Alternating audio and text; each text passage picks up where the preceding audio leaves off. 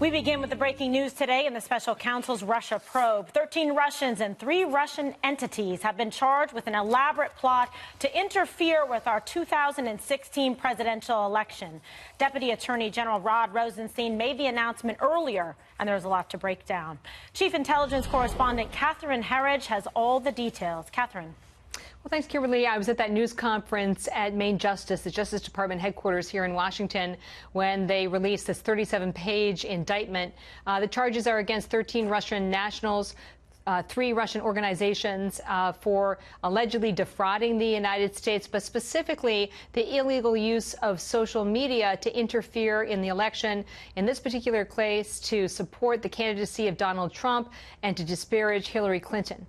One of the key things we learned today is that this operation really predates the confirmation of either of the leading candidates in the presidential election. It began in 2014, which is when it was seeded in St. Petersburg, Russia, by an individual who was closely aligned with the Russian president. But then it really kicked off and picked up steam in mid-2016 when they took about 5 dozen people and specifically tasked them with the Russian interference in our election. Here's the Deputy Attorney General from earlier today.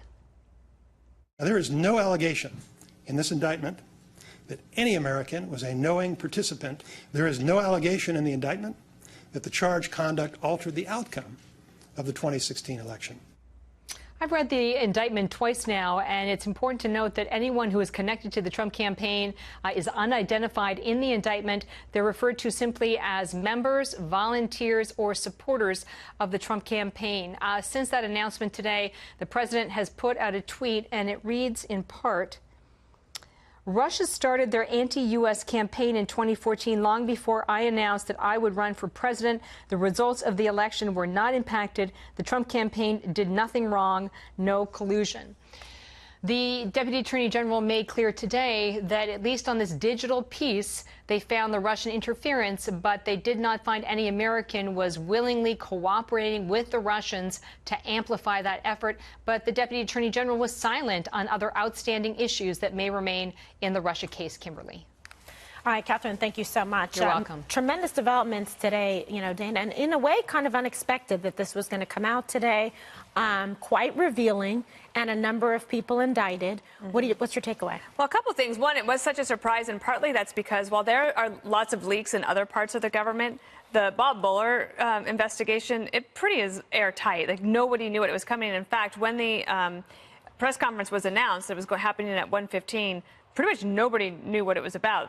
Some people speculated that Rod Rosenstein was going to resign. Obviously, that didn't happen. And actually, today's development probably ensures that Rod Rosenstein is not in any danger of being fired anytime soon. I think it also proves that Mitt Romney was right.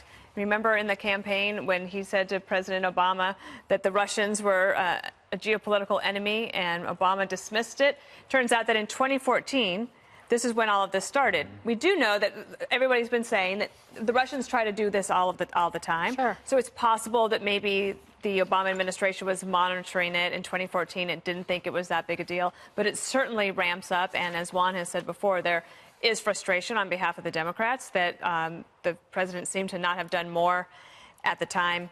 I think it's a solid indictment. I also think that it proves that Russian meddling was not a hoax. And so, because the global threat hearing that happened this week there was a focus on this about what's happening in 2018. Hopefully now, and the president says in his statement today, or the press secretary's statement, that this is a time for everybody to work together to figure out a way to push back against the Russians. Also, for those of you Twitter bots in St. Petersburg who are tweeting me during the election, I could just, oh my goodness, I could say it, but I won't. Oh. I won't. But it really does. It was a horrible thing to go through. Yeah.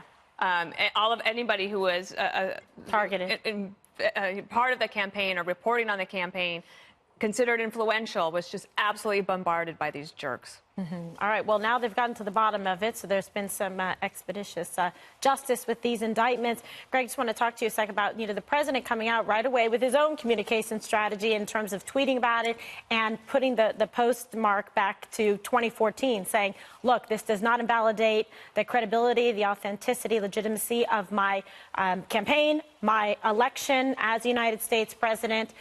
and this predated anything as it relates to my campaign. Yeah, it's interesting to see how the goalposts are being moved. The people celebrating this, pretending that meddling is collusion, is being dishonest. Anybody who says this is proof of anything beyond meddling is lying. Look, Russians, meddling is their baseball. That's their pastime. As somebody married... Apple pie and meddling. Exactly. As yes. someone married to a Russian, I know this is the case. And she happens to be in Moscow right now. I don't know if that's a coincidence. She's getting a quickie divorce based on your comments. Here's the deal. They coordinated rallies to support Trump, and they coordinated rallies to protest Trump. So they're like that weird character in a soap opera that's trying to break up a married couple and sow discord among them and make their lives ruined. But we've known this is what they do. They are the Globe's trolls. And the thing is, we have to be very stoic about this, because every time we get emotional about this stuff, and we have been emotional about this for a year, screaming at each other about whether the Russians did this and were we involved, were we colluding, they were winning. This was the whole point. Right. That's why they supported Trump, and then that's why they supported the protesters. That's why they go after you, and then that's why they start putting out emails this way. This is what they do. Yeah, they've been doing it forever. So the thing is, yeah, I mean, remember, what's the name? Rocky and Bullwinkle, who were their villains?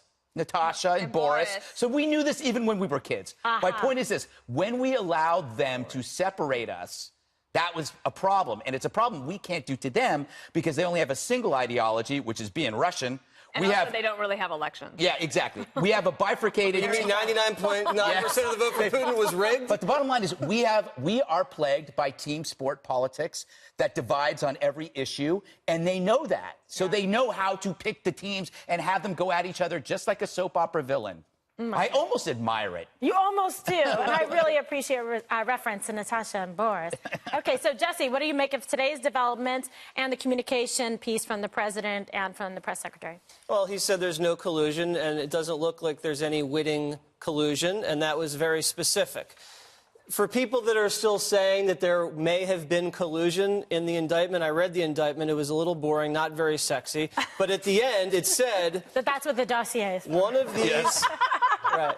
One of these people that were Russian emailed a Trump campaign official 3 times, offering locations in Florida to have a rally. It does not even mention if the Trump campaign official emailed back. So that's all you have. They communicated unwittingly. It could have been one-way communication. I'm not going to say that there was no collusion yet. I mean, there's still no evidence of collusion according to this indictment. So what they did was basically information warfare. They set up a bunch of bots. It was only in the tens of millions of dollars, not that expensive. And they buy a bunch of ads on Facebook.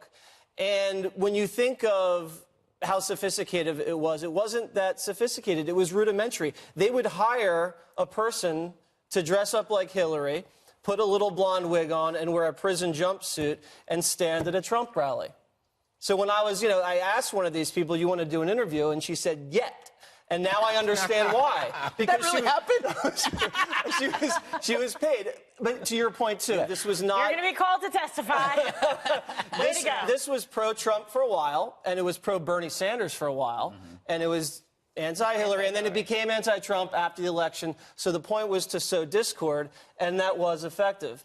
But I would say the Democrats are helping the Russians sow discord because of the dossier, because of the constant accusations of treason.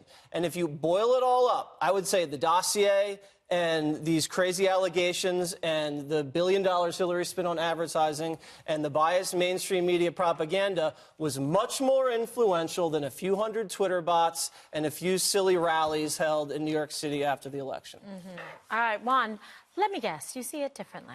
Oh, yeah, I do. I think that we have a situation here where we don't know the end. I mean, this is clearly still in midstream in terms of what Mueller's doing. I agree. But I would say that, as we heard from Rod Rosenstein, there's no direct evidence of any complicity by any specific person in the Trump campaign. We don't know. They said at times, for example, you had people in the Trump campaign who would retweet a lot of the efforts that were being made by the Russians, but again, unknowingly. And then you had people who were suggesting to them, hey, target these swing states, go after Virginia, look at Colorado, etc.